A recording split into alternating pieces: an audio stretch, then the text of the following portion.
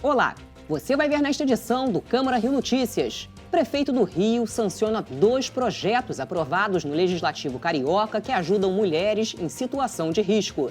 Punição aos atropeladores. Quem atingir animais nas ruas da cidade do Rio de Janeiro vai ser obrigado a prestar socorro imediato. E uma praça com nome de craque. Espaço em Botafogo vai passar a se chamar Diego Maradona.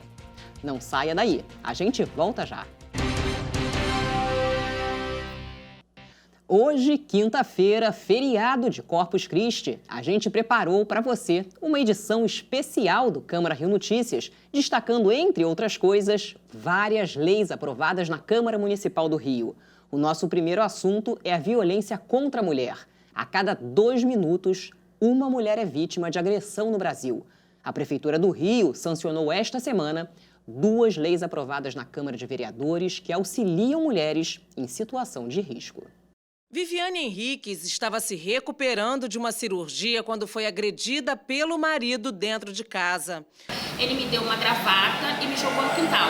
Então eu passei a viver trancada em casa, vivia com o portão trancado, com a porta trancada, porque eu tinha medo dele chegar a qualquer momento. No Brasil, a cada 2 minutos, uma mulher é vítima de violência. Só no primeiro semestre de 2020, 648 mulheres foram assassinadas no país por motivação relacionada ao gênero. Em 2020, o Instituto de Segurança Pública registrou 120 mil casos de lesão corporal provocada por agressão doméstica. Outro dado apresentado pelo ISP revela que mais de 250 mulheres sofreram violência durante o isolamento social no estado do Rio. Cerca de 61% dos casos aconteceram dentro de casa. Infelizmente, em todos os níveis sociais e culturais, essa violência é muito democrática. Ela não escolhe a mulher, ela está entre nós, infelizmente. E a Guarda Municipal, através da Ronda Maria da Penha, tem feito um trabalho, tem sido muito empenhada em combater essa violência juntamente com essa rede. A Prefeitura mantém centros de acolhimento à mulher em situação de risco. Nós temos o Centro Especializado de Atendimento à Mulher, o CEAM, que no caso, nos meses de janeiro e fevereiro, realizou mais de 500 atendimentos, mostrando que precisamos cada vez mais construir espaços de escutas e de acolhida para as mulheres que são vítimas de violência. Um aplicativo desenvolvido por estudantes de Direito da UFRJ, em parceria com o Tribunal de Justiça do Rio, promete ser um importante aliado na proteção das vítimas. Uma ferramenta onde essas mulheres poderão requerer diretamente ao Poder Judiciário uma medida protetiva de urgência prevista na Lei Maria da Penha, tais como proibição de aproximação, proibição de contato, o afastamento do lar, eventualmente um pedido de pensão alimentícia. Na Câmara Municipal, um conjunto de iniciativas de vereadores, incluindo projetos de lei e a criação de uma comissão especial, buscam mudar uma realidade cruel de agressão a mulheres, independentemente da cor e de classe social. Uma lei aonde todas as unidades de saúde tenham uma pessoa para atender as mulheres que são vítimas de violência doméstica e sexual. Eu quero falar para você que no mínimo, muito importante. Essa mulher, quando chega no hospital, ela tem que ter um tratamento que possa garantir a privacidade e essa dor dela, que muitas das vezes ela esconde. Conseguimos aprovar em segunda discussão aqui na Câmara o meu projeto de lei sobre o abrigamento provisório para mulheres vítimas de violência doméstica ou que estão em situação de perigo. Esse serviço é essencial e a Prefeitura atualmente tem muita dificuldade em ofertá-lo, porque quando há o problema, a mulher tem o primeiro atendimento ou o primeiro acolhimento e precisa de um local para que fique afastada do agressor. A comissão especial irá monitorar políticas públicas e serviços que impactam na vida dessas mulheres. Estão entre os nossos temas prioritários o direito à cidade na perspectiva da mulher, a violência contra as mulheres e o impacto da pandemia em nossas vidas.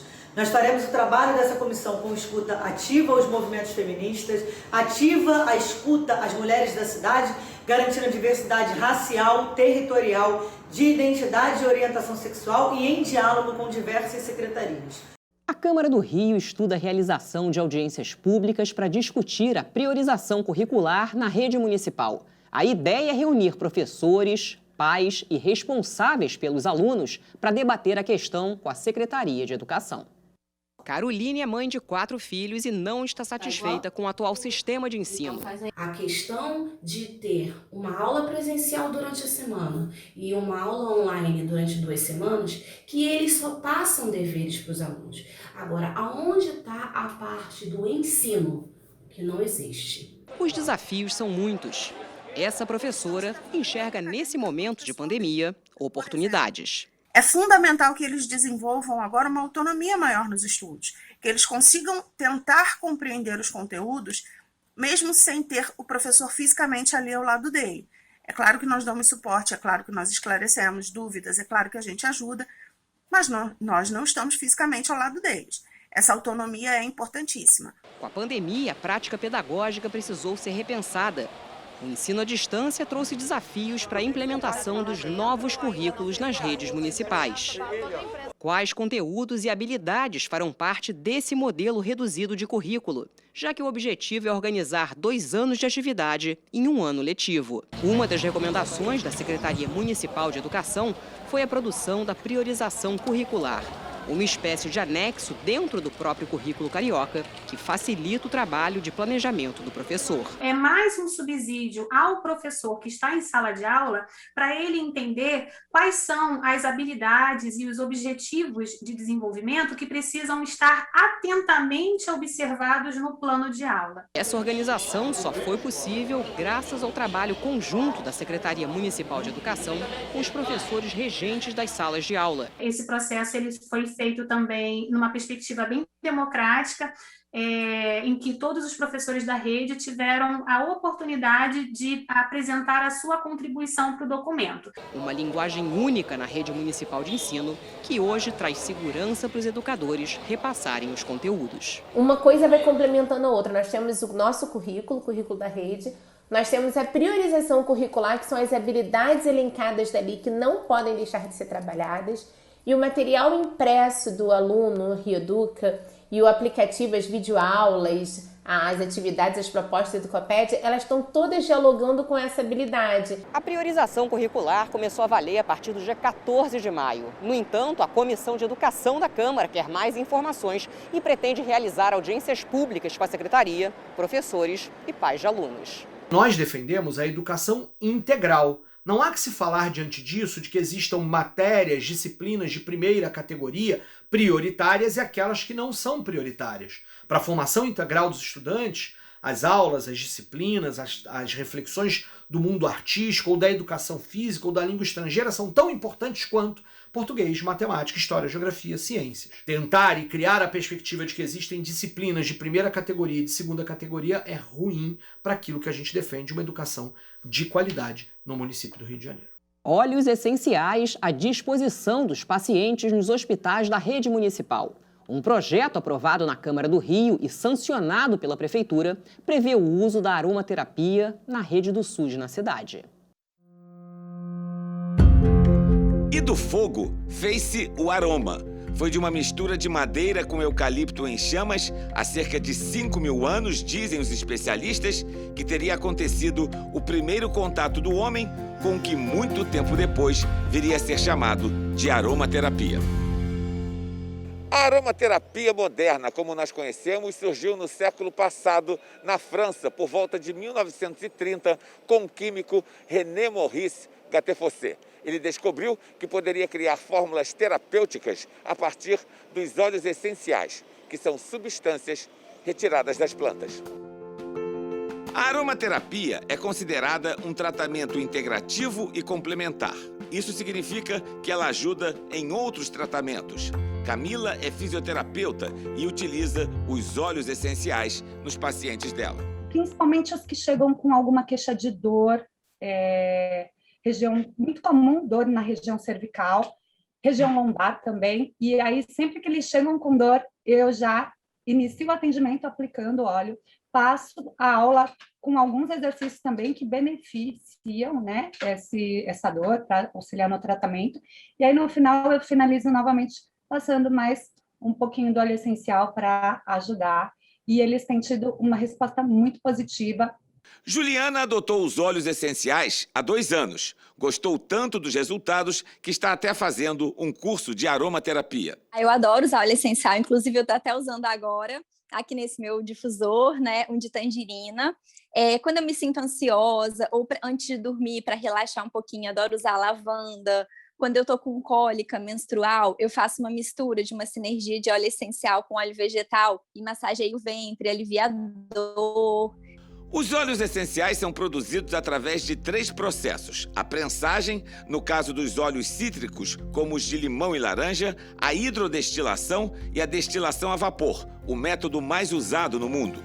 De acordo com os especialistas, eles são mais aplicados contra as inflamações. Uma característica forte dos óleos essenciais é terem propriedades anti-inflamatórias do corpo. Então, por exemplo, se você tem uma tendinite, algum quadro inflamatório muscular, você pode trabalhar bem com aromaterapia. Tem bastante eficiência na integração de um tratamento de fisioterapia, por exemplo. Agora, a aromaterapia também pode ser encontrada na rede do Sistema Único de Saúde no município do Rio. Uma lei de autoria do vereador César Maia, aprovada na última semana de abril na Câmara de Vereadores do Rio, permite que a população possa se tratar com óleos essenciais nos hospitais do município. As ervas aromáticas, elas ajudam a desenvolver a respiração, auxiliam aqueles que precisam, e que com isso tem estímulo para fazer os exercícios que poderiam não fazer suficientemente de outra maneira. É uma lei importante. E a importância do tratamento com aromas pode ser comprovada com descobertas importantes da ciência. Inalar um óleo essencial pode beneficiar todo o corpo. Em praticamente todas as células do nosso corpo existem receptores olfativos. Então, a gente não tem receptores olfativos apenas no nariz, mas em células do coração, células do pâncreas, do pulmão. Isso quer dizer que as nossas células humanas, elas sentem cheiro. A partir do momento que a gente entra em contato com o uso de uma inalação, ou até mesmo de um uso tópico, essas moléculas olfativas que são nos óleos essenciais, elas são absorvidas, elas existem uma integração, elas são recebidas por esses receptores olfativos do nosso organismo. Você vai ver no próximo bloco. Praça em Botafogo vai ganhar o nome de Diego Maradona, uma homenagem a um dos maiores craques da história do futebol. Agora é lei. Quem atropelar animais na cidade do Rio de Janeiro vai ser obrigado a prestar socorro imediato. A medida aprovada no Legislativo Carioca já foi sancionada pelo prefeito Eduardo Paes. Amor, atenção e cuidado com os bichos. Sempre foram motivações especiais para a Michele, que trata os animais como se fossem da família. Na casa já havia 4 cães, mas Michele recolheu mais um depois de um acidente. Próximo à minha residência, presenciei um atropelamento, no qual o atropelador fugiu e resgatei o cachorro. Levei ao veterinário, graças a Deus. Hoje ele está bem, mas nem todos os animais têm um final feliz. A nova lei, sancionada pelo prefeito Eduardo Paes, em 27 de abril, obriga qualquer pessoa que atropele animais em via pública a prestar socorro. A prefeitura tem 60 dias a partir da data de publicação no Diário Oficial para regulamentar a medida. É importante que a gente tenha uma lei que determine que o motorista, seja ele de carro, seja o motociclista, seja o ciclista, que atropelar um animal, ele preste socorro a esse animal. É muito óbvio a gente imaginar, poxa, atropelou, é do ser humano socorrer aquele animal, mas infelizmente não é o que a gente vê no dia a dia. Quem descumprir a lei terá que pagar multa. A fiscalização será feita pela Guarda Municipal e haverá também canais de denúncias. Todo o dinheiro arrecadado irá para o Fundo de Proteção Animal do município. Não precisava nem ser lei, porém, infelizmente, ainda tem pessoas que só doendo no bolso, só se punindo é que faz o bem. Porque é isso que a gente vê a partir do momento que você atropela um animalzinho, o mínimo que você pode fazer é prestar seus socorros a eles, até porque eles não falam, eles precisam de nós. Os cariocas apoiam a iniciativa e esperam mais respeito com os animais. os animais eles não têm uma voz própria para falar na mesma linguagem que nós humanos. Então eles precisam sim de uma lei que tenha essa voz, que dê essa voz a eles e dê algum tipo de proteção. Importante sim, atropelar, parar para socorrer, né? É importante, é uma vida, né? Eu quero parabenizar a Câmara por esse projeto maravilhoso que pune as pessoas que atropelam um bicho, os animais, e não prestam socorro, fogem. Então eu tiro o meu chapéu para esse projeto, porque o animal é uma vida, né? Uma praça em Botafogo vai ganhar em breve o nome de Diego Maradona, um dos maiores jogadores de futebol de todos os tempos. O projeto aprovado na Câmara do Rio prevê ainda um busto ou uma estátua do craque argentino. Maradona morreu em novembro do ano passado, aos 60 anos. O endereço fica entre um dos cartões postais da cidade maravilhosa, a Praia de Botafogo, e em frente ao consulado da Argentina. Lugar estratégico para uma homenagem merecida. Em breve, essa praça vai ganhar o nome de um craque do futebol internacional. Maradona. Diego Armando Maradona.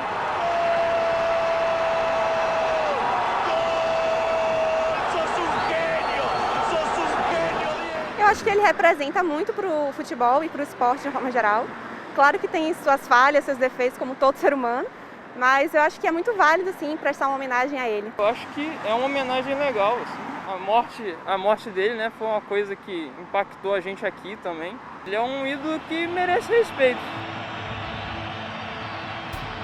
Diego Armando Maradona nasceu no subúrbio de uma cidade argentina em 1960. Aos 10 anos de idade, ele já chamava a atenção de avaliadores de clubes argentinos. E aos 15, jogava entre os profissionais. O resto dessa história todos nós já conhecemos. Polêmico, irreverente, um gênio nos campos. Maradona conquistou uma legião de fãs não só na Argentina, mas no resto do mundo. O Igor é exemplo disso. Carioca, flamenguista e fã. Muito fã do craque argentino. Quando eu comecei a admirá-lo, a primeira lembrança que eu tenho, mais viva, foi de 90, na Copa de 90, justamente onde ele originou o gol que eliminou a seleção brasileira, e ali eu só tinha 10 anos, né? Então eu não tinha ainda muita, por mais que eu já fosse muito flamenguista, né? Eu tinha o Zico como referência nacional, ainda assim eu acho que foi uma coisa que desenvolveu de uma forma meio inexplicável. Meus pais, inclusive, dizem isso, que não tem muito como explicar, não tem muito como, da onde vir, não tem uma origem específica isso, né? Mas eu acho que tem muito a ver com essa personalidade dele.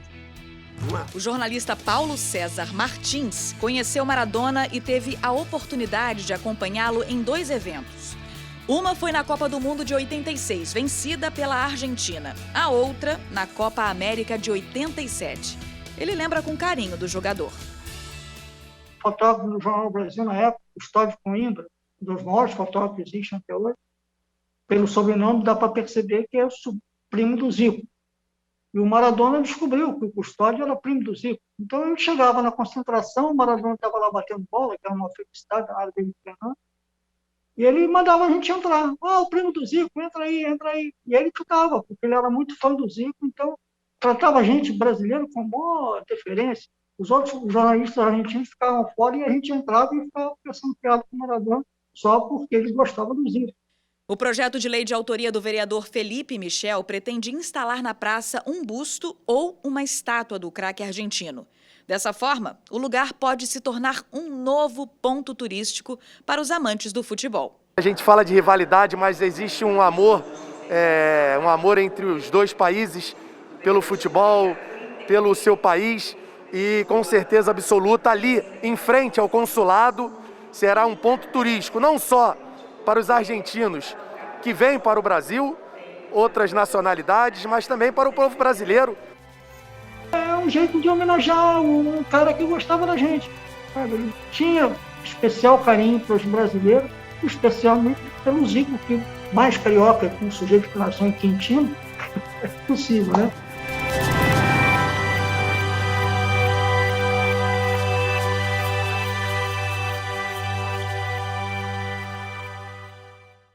Câmara do Rio está preocupada com a situação dos profissionais ligados à cadeia das rodas de samba. A categoria é uma das mais prejudicadas pela pandemia do coronavírus. Uma comissão especial foi criada para estudar medidas emergenciais para auxiliar os trabalhadores envolvidos com a realização das rodas de samba. Alegria e música em volta da mesa. Essa é uma imagem conhecida e muito representativa para milhares de cariocas. As rodas de samba são parte importante da cultura do Rio.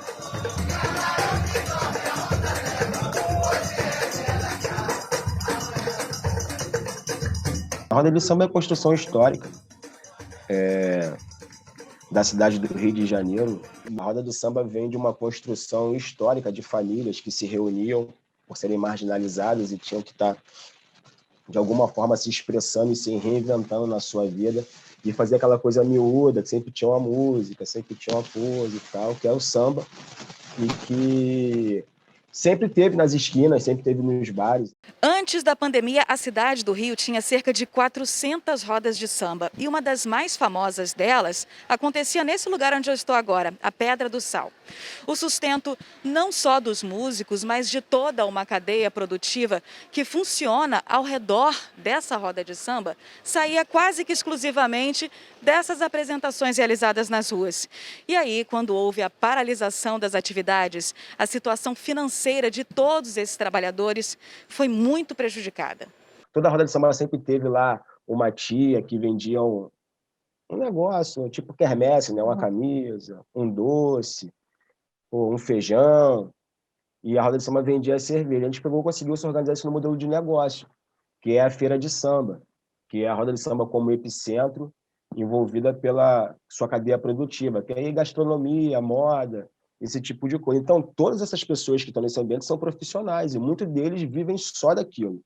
No mês de abril, o Anderson e outros representantes das rodas de samba se reuniram com os vereadores para discutir a possibilidade de financiamentos para o segmento e até mesmo a realização de ações emergenciais, como a distribuição de cestas básicas para os profissionais. Toda a legislação do samba ainda é muito frágil, né? Existem vários decretos, existe uma lei aqui aprovada na última legislatura que tentou organizar minimamente o debate do samba na cidade, mas que não avançou na discussão do financiamento.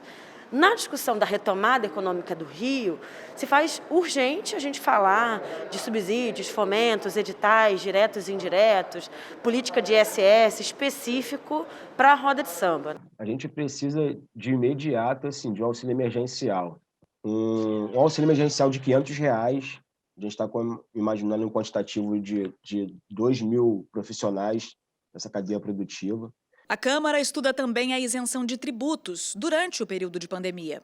Como é que a gente pensa isenção de IPTU, de outros impostos, numa discussão chave que é importante que aquela área, que aquele local continue funcionando como roda de samba, como templo do samba e que possa servir de mola econômica, de dinamização econômica para aquelas áreas, principalmente se tratando de Zona Norte e Zona Oeste, que são áreas que estão muito mais fragilizadas do que outras áreas da cidade, que são mais precarizadas, com mais dificuldades de retomar economicamente. Essas áreas são prioritárias através da cultura, da arte e das intervenções locais.